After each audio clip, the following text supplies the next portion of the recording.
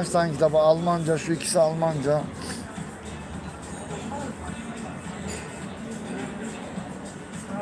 Evet arkadaşlar, bunlardan kesit alıp tüm ülkede, dünyada yayınlıyoruz. 73 dilden falan.